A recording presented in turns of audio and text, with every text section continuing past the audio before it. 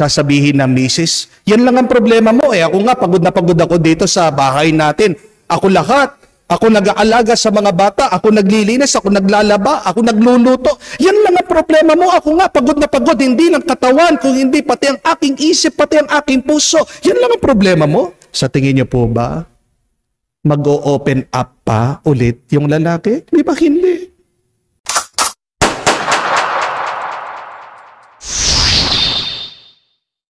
Gospel, Homily, Reflection. The Lord be with you. And with your spirit. A reading from the Holy Gospel according to St. John. Glory to you, O Lord.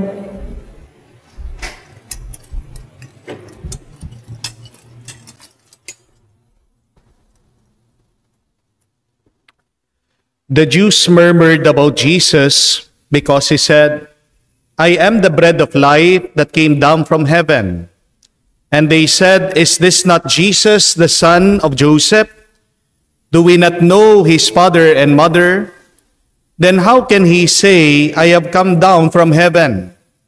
Jesus answered and said to them, stop murmuring among yourselves. No one can come to me unless the Father who sent me draw him. I will raise him on the last day. It is written in the prophets, they shall all be taught by God. Everyone who listens to my Father and learns from him comes to me. Not that anyone has seen the Father, except the one who is from God. He has seen the Father. Amen, amen, I say to you, whoever believes has eternal life. I am the bread of life. Your ancestors ate manna in the desert, but they died. This is the bread that came down from heaven, so that one may eat it and not die. I am the living bread that came down from heaven. Whoever eats this bread will live forever. And the bread that I will give is my flesh for the life of the world. My dear friends, the good news of our salvation. Praise to you, Lord Jesus Christ. Good afternoon po ulit sa inyong lahat. Good afternoon din po, Father. And a happy and blessed Sunday po sa inyong lahat. Pakigreet naman po mga katabi natin. Happy and blessed Sunday. Kadalasan po, isa sa mga tinatanong nila sa akin, marami po ang nagme-message sa akin, maraming nagpapadala ng text. Palagi ang tanong, Father, paano po ba maging masaya? Father, paano po maalis ang depression? Father, ano pong magagawa ko para hindi ko na maramdaman itong lungkot sa buhay ko? Totoo nga po, ang sabi ng pag-aaral, marami ang mga tao ngayon sa buong mundo ang nalulungkot at nadidepress. You know how many people are depressed now in the world? They total 350 million people. At alam niyo po ba kung ilan yung mga Pilipino doon ang nalulungkot at nadidepress?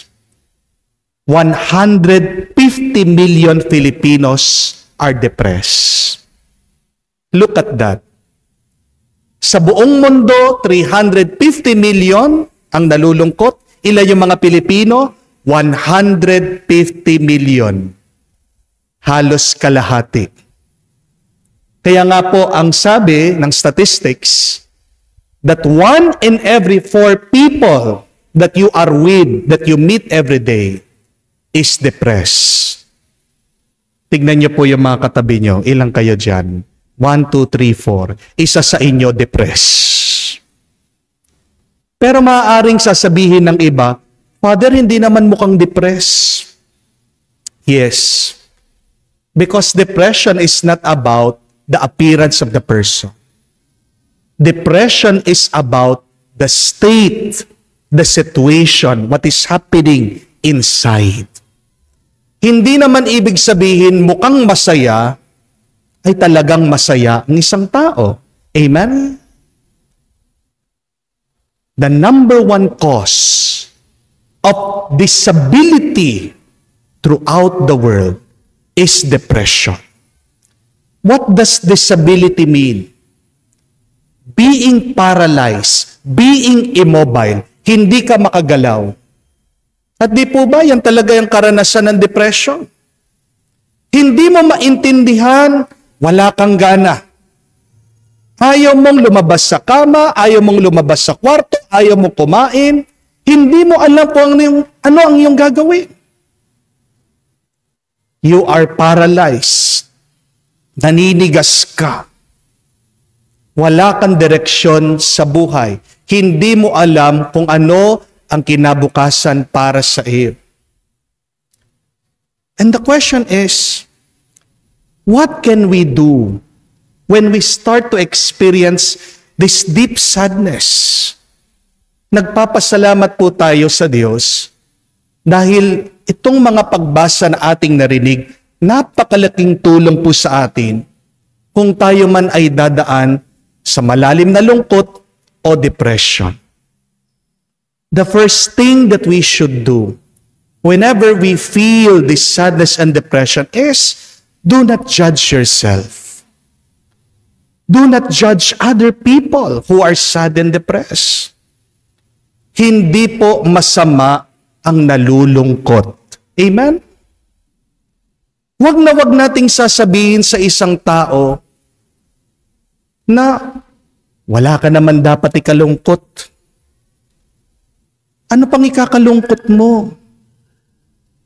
Buti ka pa nga. Bless ka. Di po ba? Yan ang palagi nating payo, yan ang palagi nating sinasabi para makonsole natin, mapasaya yung taong nadidepress. But I tell you, my dear friends, that does not help the sad person. That does not help the depressed person. Kasi, kung babalikan niyo pong unang pagbasa, Elijah, he was a holy person. He was very faithful to God. Ano man ang ipagdasal ni Elijah, sinasagot ng Diyos, binibigay niya. Pero hindi tayo nakarinig sa Diyos. Nung na-depress daw si Elijah, gusto na niyang mamatay, Panginoon. Sabi po niya sa dasal, kunin mo na ako. God did not judge Elijah. Wala tayong narinig sa pagbasa na sinabi, Elijah, bakit ka nadidepress? Elijah, bakit gusto mong mamatay? Di ba? Palagi mo naman akong kasama. Di ba? Ano man ang pagdasal mo, sasagutin ko. Huwag ka nang malungkot. We did not hear anything like that in the reading. God did not judge him. God only listened to him. Please, my dear friends, listen to the sad person. Always try to listen. People are hungry to be listened to. Maraming mga tao, naghahanap ng tao, gusto lang silang pakinggan. Pag malungkot ang isang tao, hayaan mo lang siyang umiyak. Amen? Because remember this, crying is healing. Ang ating mga luha, ang iyong pag-iyak, ay isang paraan yan para mahugasan anuman ang dumi, anuman ang bigat ng iyong puso at kalooban. Minsan yan yung kasalanan ng mga magulang. Pag umiiyak, pag malungkot yung bata, hinuhusgahan natin, pinipigilan pa natin siya sa pag-iyak. Hindi po ba? Ano sinasabi nyo sa bata pag umiiyak? Pinapagalitan natin? Sinasabihan natin, tumigil ka dyan. Pag hindi ka tumigil, mapapalo ka, makukurot ka. Ha? My dear friends, there is no on and off button to our emotions. Amen? Paano mo mapapatigil ang pag-iyak ng bata? Hindi sa pamamagitan ng pagsesermon, hindi sa pamamagitan ng pagpaparusa. Gusto mong tumigil yan sa kanyang lungkot, sa kanyang pag-iyak, yakapin mo. Amen? Isa pang masamang ugali natin, pag meron nag-o-open up ng kanilang problema sa atin, anong ginagawa natin? Kinukumpara natin yung ating sarili sa kanila. Pag nagbukas ng problema yung kaibigan mo sa'yo, di ba, madalas sinasabi natin, yan lang problema mo. Ako nga, ang dami kong utang, hindi ko nga alam kung paano ko babayaran eh. That does not help. Hindi po nakakatulong niyo. Kung minsan meron din mga ibang mister, ayaw mag-open up, ayaw magsalita, ayaw mag-share sa kanila mga bisis. Bakit? Kasi imbes sa pakinggan, nakikipagpaligsahan dun sa kanila mga problema. Pag sinabi ng mister yung kanyang pinagdadaanan, sasabihin ng misis, yan lang ang problema mo eh. Ako nga, pagod na pagod ako dito sa bahay natin. Ako lahat. Ako nag-aalaga sa mga bata. Ako naglilinis. Ako naglalaba. Ako nagluluto. Yan lang ang problema mo. Ako nga, pagod na pagod. Hindi lang katawan, kung hindi pati ang aking isip, pati ang aking puso. Yan lang ang problema mo. Sa tingin niyo po ba, mag-o-open up pa ulit yung lalaki? Di ba hindi? Mga kapatid, oo. Kung ikaw malakas ka, huwag mong iisipin na ganyan din ang ibang tao. Magkakaiba tayo. Pagkalakas-lakas mo man ang tao, at pinapakita sa atin, tinuturo sa atin, pagkabanal-banal na nga ng tao, hindi mo maaalis sa kanya na dadaan siya sa malalim na lungkot. Judging will never help a depressed person. Lalong malulungkot ang tao pag hinuhusgan mo siya, pag pinagsasabihan mo siya. Amen? But instead of judging, what is the opposite of that? It is loving. Amen? Anong ginawa ng Panginoon? Nung nagdasal si Elijah, Panginoon, kunin mo na yung buhay ko. Hanggang dito na lang ako. Ayaw ko na. God sent an angel. And that angel fed Elijah. Sabi, tumayo ka, kumain ka. At pagkakain daw ni Elijah, lumakas siya. At bigla siyang naglakbay papunta sa bundok ng ating Panginoon. Alam niyo po kung gaano siya katagal naglakad? He traveled for 40 days and 40 nights. Just only by receiving and eating that bread coming from God. Anong nagpalakas sa kanya? Yung tinapay? Hindi. Kung hindi, yung pagmamahal ng Diyos. Yung tinapay, daan lang yun para maranasan niyang pagmamahal ng Diyos. Mga kapatid, hindi naman lahat ng papakainin mo mabubusog, matutuwa at lalakas. Kung naman nagpapakain ka na may sama ka ng loob, amen? Hindi mabubusog at lalakas ang tao. Kung tinutulungan mo siya at pinapautang mo ito ng loob. Gusto mong lumakas ang tao, gusto mong sumaya siya muli. Kailangan anuman ang gawin natin ng buo at puno ng pagmamahal. Yun ang utos sa atin sa Biblia. That in everything that you do, do it out of love. At diba, pag nagmamahal ka, masaya ka, at makakaiwas ka sa kasalanan. Nagpapasalamat po tayo. Dahil dati, ang binibigay ng Diyos para lumakas ang tao, tinapay. Ngayon, we are so blessed, we are so graced. Why? Because now we receive God's Son, Jesus, as the food of our soul, as the strength of our life. Sabi ng ating Panginoon, sino man ang kumain sa akin, hindi mamamatay. Paano natin matatanggap si Jesus? 3 ways. First, by listening to the Word of God. When you listen to God's Word, you receive Jesus' word. At di ba, sabi po sa Biblia, that your words, O Lord, are spirit and life.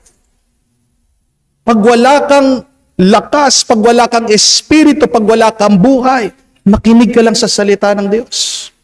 But secondly, we receive Jesus, His Holy Spirit through prayer.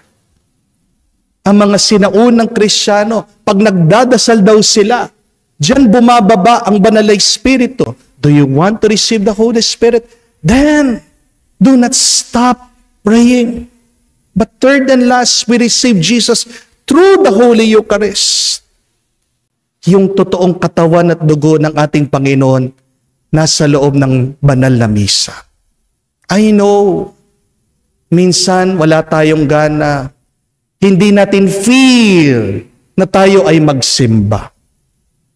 Pero, ibig ba sabihin, pag hindi mo nararamdaman, hindi mo nagagawin? Parang lang ang isang tao na may sakit, hindi po ba? Pag may sakit ka, ayaw mo din namang kumain. Wala kang ganang kumain. Pag ayaw kumain na may sakit, di mo na siya papakainin?